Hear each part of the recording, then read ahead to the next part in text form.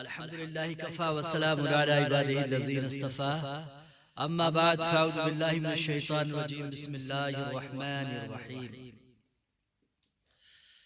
وكلا نقص عليك من أنباء الرسل ما نثبت به فؤادك صدق الله العلي العظيم وصدق رسوله النبي الأمين الكريم ونحن على ذلك لمن الشاهدين والشاكرين والحمد لله رب العالمين صلی اللہ علیہ نبی الأمی وآلہ صلی اللہ تعالی علیہ وسلم۔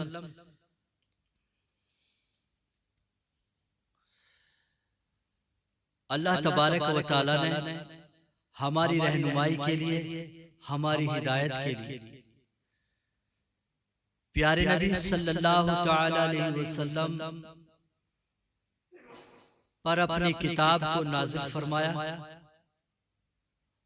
اور قیامت تک کے لیے اس مبارک کتاب کو ہماری رہنمائی کے لیے اللہ تبارک و تعالی نے پیش فرمایا۔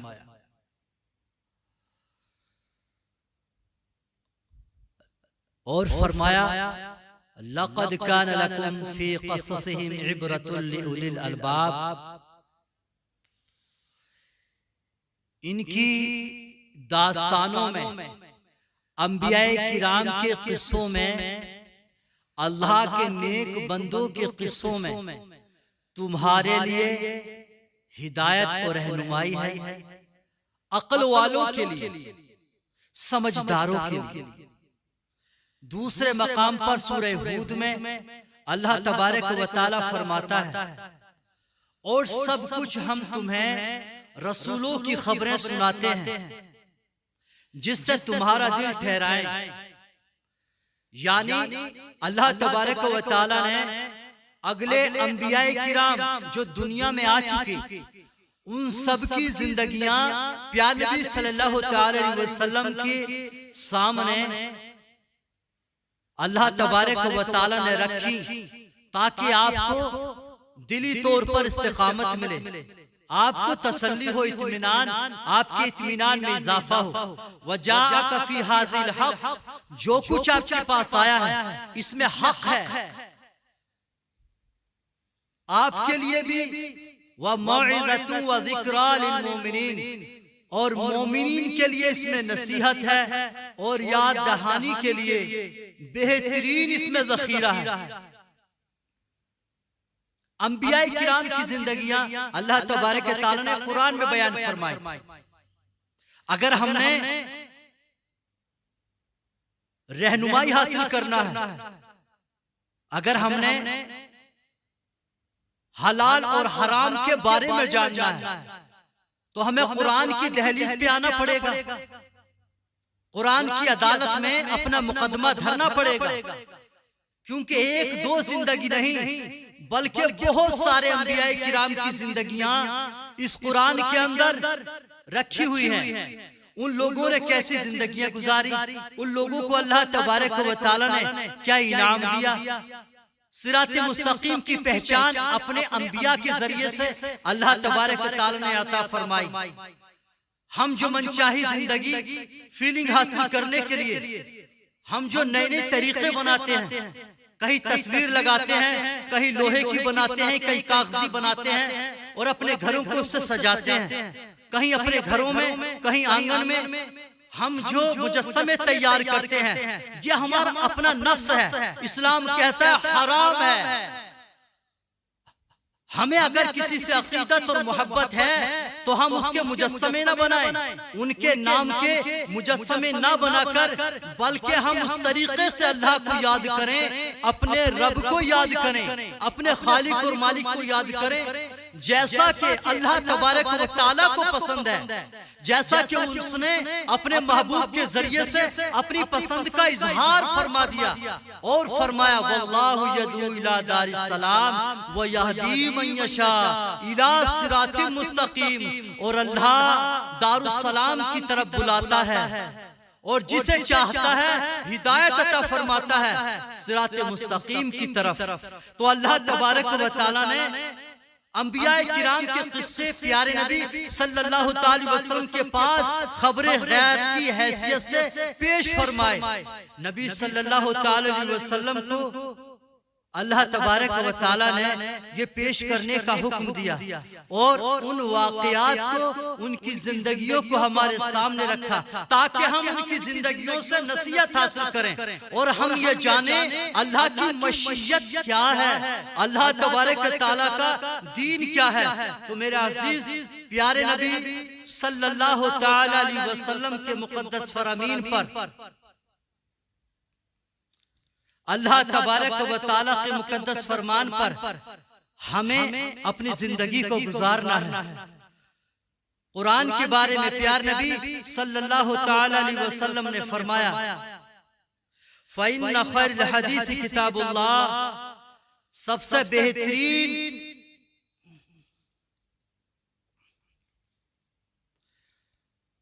فیصلے کی کتاب قرآن ہے، ہدایت کی کتاب قرآن ہے۔ اس کے اندر اللہ تبارک و تعالیٰ نے ہمارے لیے نصیحت رکھی ہے، انبیاء کرام کے واقعات کا ذکر کیا گیا۔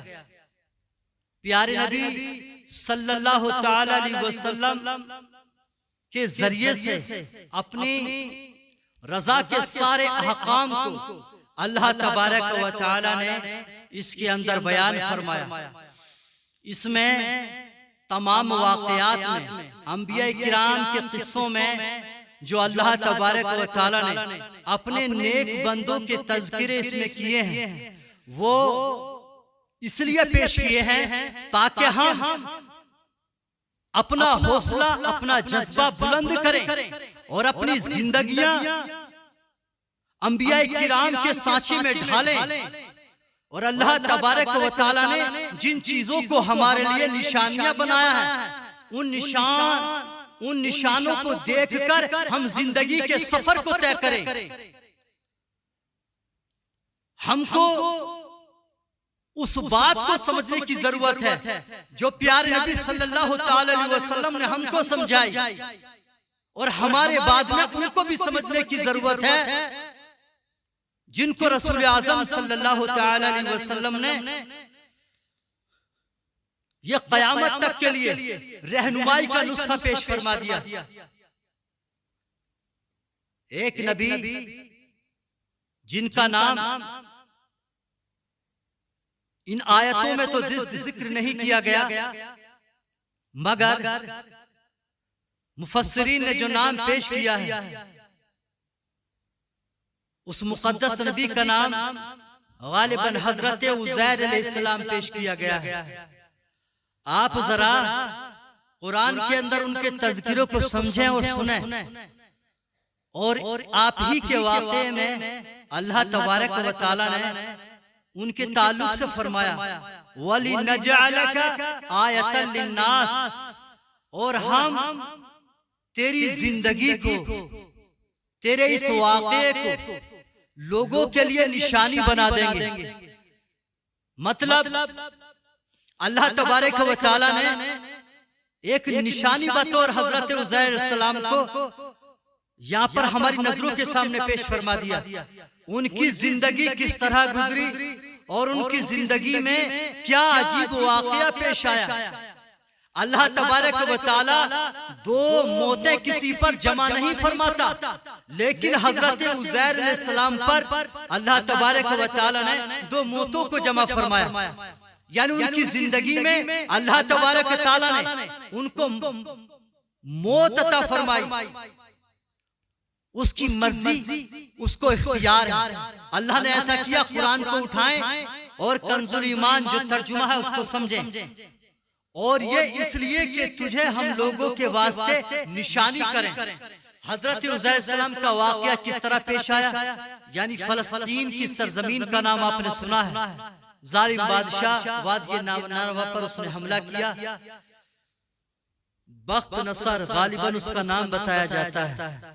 اس نے شہر کے سارے لوگوں کو مار ڈالا، بچوں پر ظلم کیا، عورتوں کو گرفتار کیا، بوڑھوں کو مار ڈالا، جوانوں کو قتل کر ڈالا، ساری بستی کو تہس نہس کر دیا۔ جو اس کی بات پر تیار ہوا یا اس کو اس نے اپنا خدا مانا، جو اس کی ملکیت میں آ گیا، اور اس کے جیسا اس نے عقیدہ بنایا، اس کو اس نے اپنے ساتھ میں لیا۔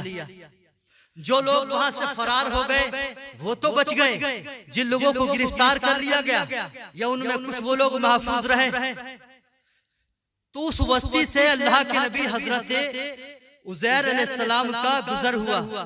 او کالذی مر علی قریۃ وہی خاویۃ علی عروشها، یا اس کی طرح جس کا گزر اس وادی سے ہوا جو اپنے چھتوں پر پلٹی ہوئی تھی، بکھری ہوئی تھی، یعنی سارے لوگ مارے جا چکے تھے، لوگوں کے جسم کٹے پڑے ہوئے تھے، بچے بوڑھے جوان سب کے خون بہ رہے تھے، اور لوگوں کے اوپر چھتوں کو گرا دیا گیا، اور گھوڑوں سے ہاتھیوں سے ان کی لاشوں کو چھلنی کر دیا گیا، تلواروں سے ٹکڑے ٹکڑے کر دیا گیا۔ حضرت عزیر علیہ السلام کو بڑا احساس ہوا، آپ کا دل بڑا غمگین ہوا، اور آپ کی زبان سے الفاظ نکلے۔ ان کی حالت کو دیکھ کر کیا بولے؟ قال انا یحیی ہذہ اللہ بعد موتها، اور کہنے لگے اللہ تبارک و تعالی ان کو دوبارہ کس طرح زندہ فرمائے گا؟ یعنی بڑی حیرت ہوئی ان کی حالت کو دیکھ کر، آپ نے تعجب سے کہا اللہ ان کو کس طرح زندہ فرمائے گا؟ ان کی تو بڑی حالت خراب ہو چکی ہے۔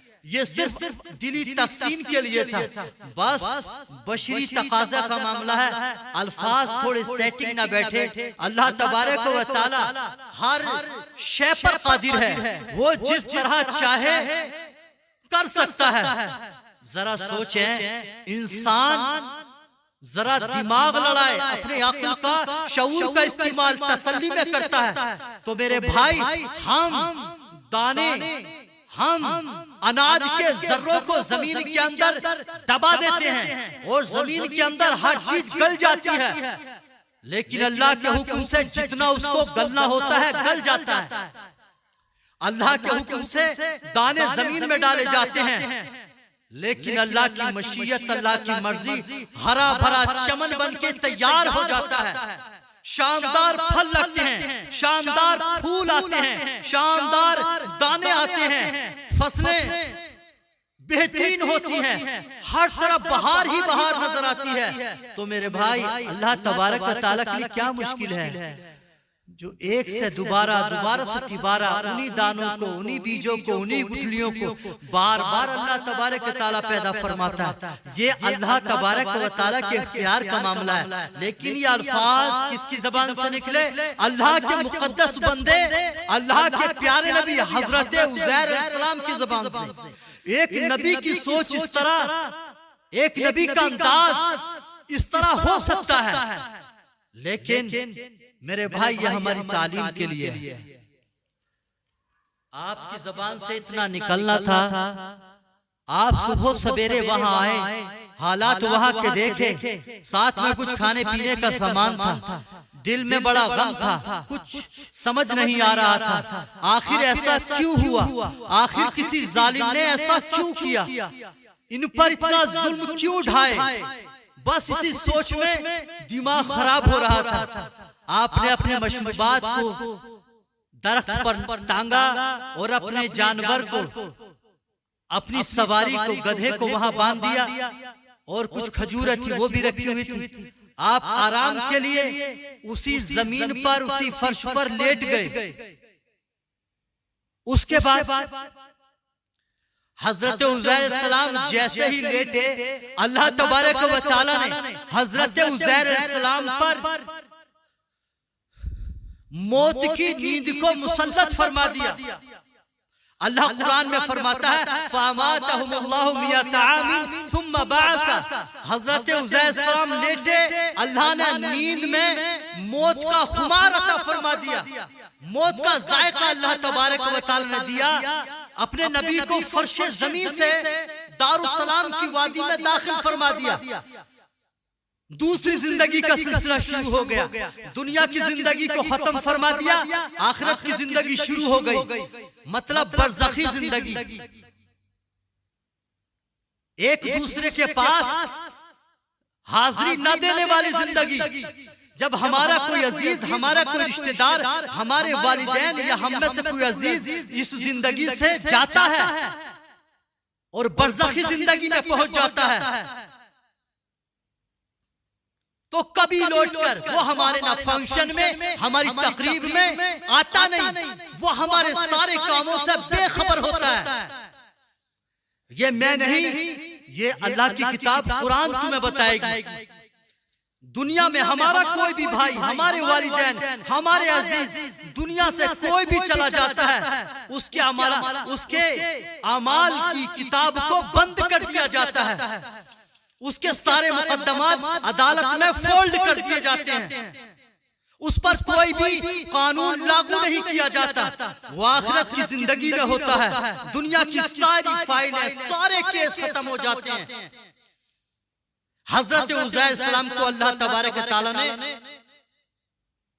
دار الفنا سے دار البقاء، دار السلام میں داخل فرما دیا، جہاں پہ نور ہی نور ہوتا ہے، جہاں پہ سکون ہی سکون ہوتا ہے، جہاں پہ چین ہی چین ہوتا ہے، جہاں نہ دن کا نہ رات کا احساس ہوتا ہے، وہاں پہ صرف سکون ہوتا ہے۔ وہاں کے نور میں، وہاں کے رنگوں میں انسان ایسا گم ہو جاتا ہے، اسے کوئی غم، کوئی ملال، کوئی درد، کوئی احساس کچھ بھی نہیں رہتا۔ یہ میں نہیں کہتا، اللہ کی کتاب بتا رہی ہے۔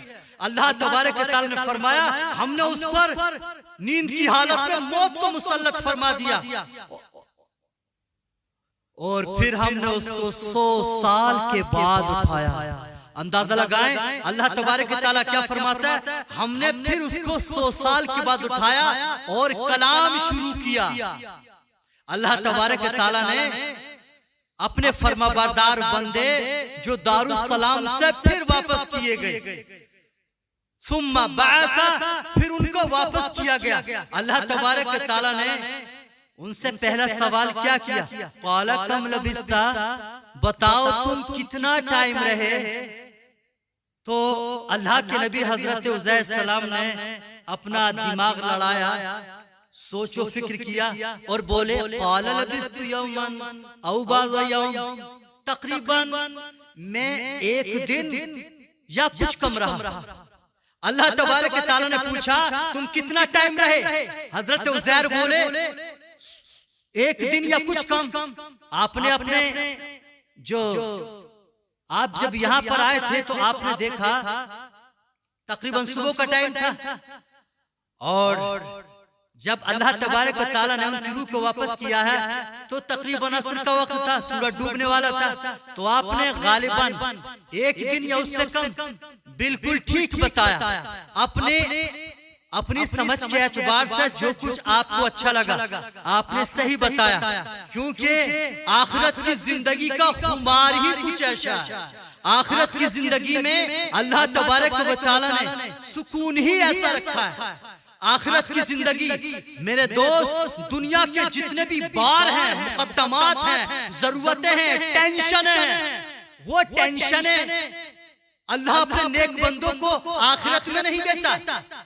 جو ذمہ داریاں دنیا میں رکھی گئی ہیں، ہم پر اللہ کی اطاعت و فرمانبرداری کی ذمہ داری ہے، اور انبیاء پر 2 ذمہ داری دنیا کے اندر ہوتی ہیں، اللہ کا پیغام پہنچانا، اللہ کی بندگی کرنا، اللہ کی فرما برداری کرنا۔ تو حضرت عزیر السلام آخرت کی زندگی میں گئے تو دنیا سے جو بھی بندہ جاتا ہے دنیا کی ساری ذمہ داریاں ختم، نو ٹینشن، امن و سلامتی کی زندگی اللہ تبارک و تعالیٰ عطا فرماتا ہے، اور پردہ لگا دیتا ہے، برزخ ایک آڑ فرما دیتا ہے، حجاب کے اندر ہوتے ہیں، وہ اللہ کے مہمان ہوتے ہیں، اور مہمان کو سکون کی جگہ رکھا جاتا ہے۔ تو اللہ تبارک و تعالیٰ کتنے سکون کی جگہ رکھتا ہے۔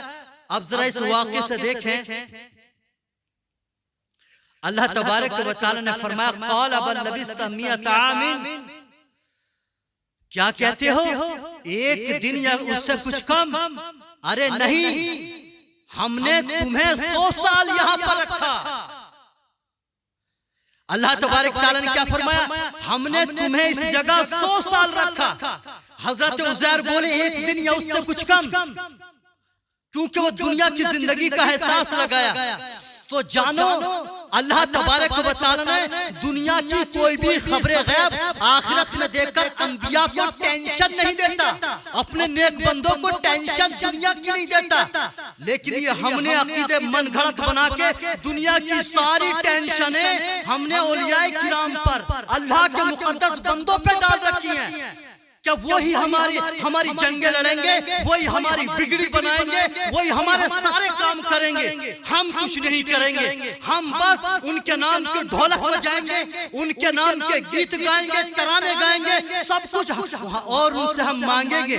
ارے قرآن نے اس کا رد کیا، پیارے نبی صلی اللہ علیہ وسلم کے سامنے یہی عقیدہ ان لوگوں نے پیش کیا جو اہل کتاب تھے، جو کہتے تھے ہمارے حامی مددگار حضرت عزیر ہیں، حضرت عیسیٰ ہیں اور ملائکہ ہیں، اور ہمارے جن کو ہم مانتے ہیں جو ہمارے دربار میں محافظین جنات ہیں یا ملائکہ ہیں، وہ ہمارے مددگار ہیں۔ تو اللہ کا کلام آ جاتا ہے، قُلِ ادْعُوا الَّذِينَ زَعَمْتُم مِّن دُونِهِ، اے محبوب صلی اللہ تعالی وسلم ان سے آپ کہہ دیجئے جن پر تمہیں ناز ہے، فَلَا يَمْلِكُونَ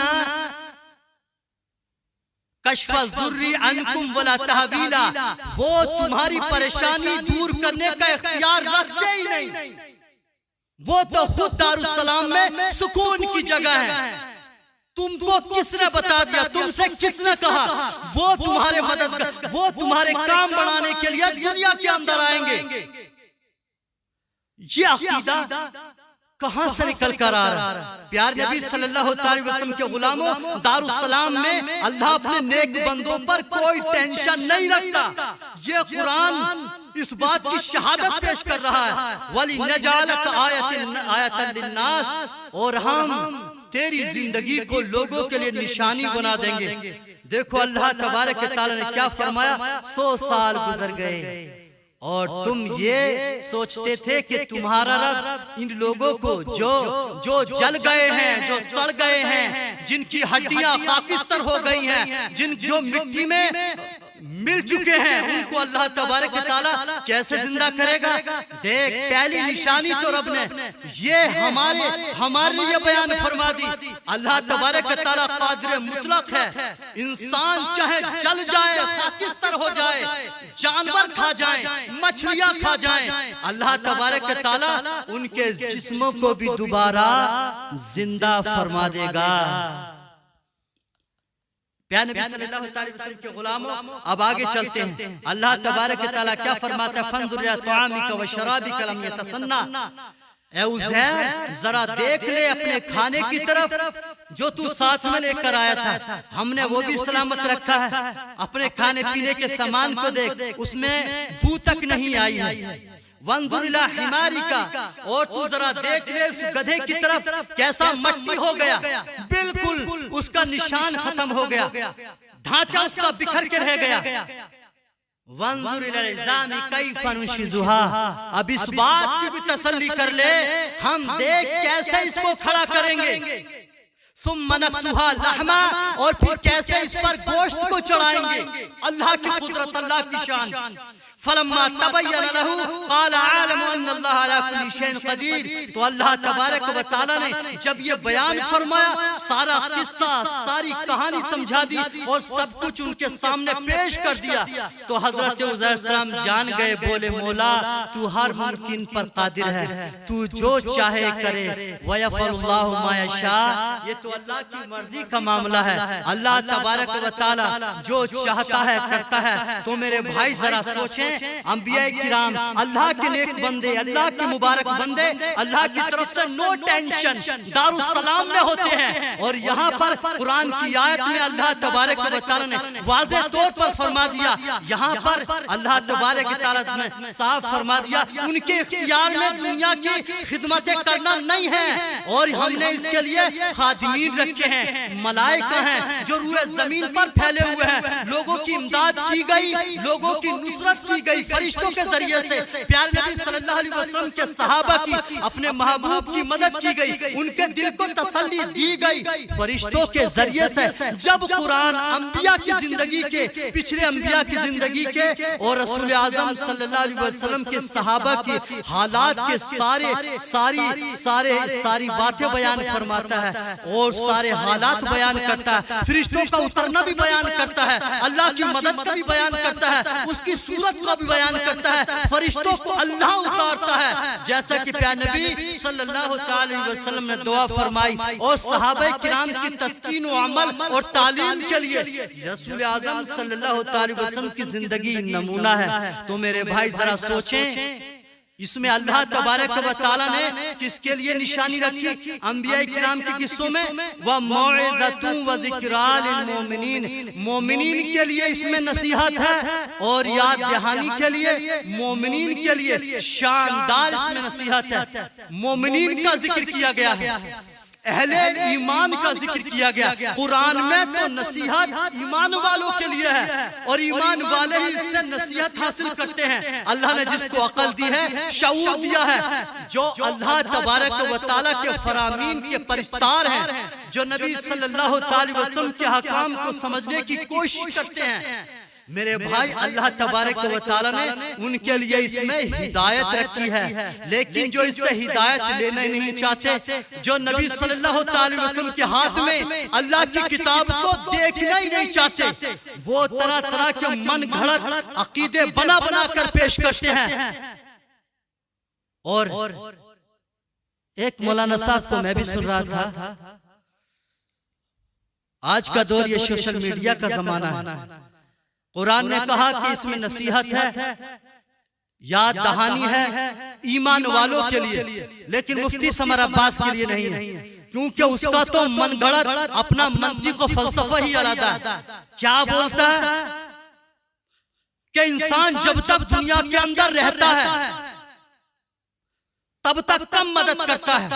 اللہ کا نیک بندہ، کوئی بھی نیک بندہ ہو جو اللہ اس کے رسول پر ایمان رکھتا ہے، خوش نصیب ہے، سعادت مند ہے، ایمان والا ہے۔ دنیا کی دقتیں، پریشانیاں، مصیبتیں اٹھا کر، دنیا کے مقدمات و پریشانیاں جھیل کر، سنسان جنگلات میں پریشانیاں جھیل کر وہ دنیا سے بیچارہ جاتا ہے۔ یہ اور ٹینشن اس کے اوپر ڈال رہا ہے کہ وہ دنیا میں رہ کے تو کم مدد کرتا ہے اور آخرت میں جا کے زیادہ مدد کرتا ہے۔ پتہ نہیں کیڑی کتاب ہے، کون سی کتاب ہے، کون سی حدیث ہے، اللہ کی کتاب، یعنی اللہ خود اپنے محبوب کے ذریعے روبرو فرما رہا ہے۔ ایک نبی کی زندگی سامنے ہے۔ ارے انبیاء پر صرف اتنا ہی ذمہ داری ہے، جو مصیبتیں، جو پریشانیاں، جو وزن دنیا کے اندر، چاہے وہ تبلیغ کا تھا، ہدایت و رہنمائی کا تھا، چاہے وہ دعوت کا تھا، وہ سب کا سب اللہ تبارک و تعالیٰ نے دنیا کے اندر رکھا ہے۔ دنیا کی زندگی کا معاملہ علیحدہ ہے، آخرت کی زندگی اور ہے، اس کے اصول بھی اور ہیں اور دنیا کی زندگی کے اصول اور ہیں۔ دنیا کی حکومت کا معاملہ اور ہے، آخرت کی حکومت کا معاملہ اور ہے، اور آخرت کے اصول دنیا پہ لاگو نہیں کر سکتے اور دنیا کے اصول آخرت پہ لاگو نہیں کر سکتے۔ دنیا کی رجسٹر اور ہے، آخرت کی رجسٹر اور ہے۔ اور میرے بھائی آخرت کا معاملہ تو اتنا شدید ہے اور اتنا پیارا بھی ہے۔ مطلب آخرت سے اگر کسی انسان کو لایا جائے، جس انسان نے دنیا میں کوئی غم نہ دیکھا ہو اور جہنم میں ایک لمحہ ڈال کر اسے نکال کر اس سے اگر پوچھا جائے گا بتاؤ تم نے دنیا کی زندگی میں کتنا آرام پایا، جانتے ہو وہ کیا کہے گا؟ خدا کی قسم مجھے زندگی میں ایک لمحہ آرام نہیں ملا، چاہے وہ ساری زندگی 100 سالہ زندگی، 1000 سالہ زندگی دنیا سے گزار کر گئے ہو، کیونکہ آخرت کا عذاب اتنا خطرناک ہے، وہ اس پر غالب آ جائے گا اور کہے گا مجھے زندگی میں آرام ہی نہیں ملا۔ اور اگر کسی کو دارالسلام سے نکال کر دارالامن، دارالجنہ سے نکال کر دنیا کے اندر لا کر اس سے پوچھو، جس کی 100 سالہ زندگی میں اسے دکھ ہی دکھ ملے ہو، پریشانی ملے ہو، کسی موڑ پہ اسے آرام نہ ملا ہو، اور اگر اس سے پوچھا جائے گا ذرا بتا تجھے دنیا میں کوئی تکلیف ہوئی یا نہیں، تو وہ جانتے ہو کیا جواب دے گا؟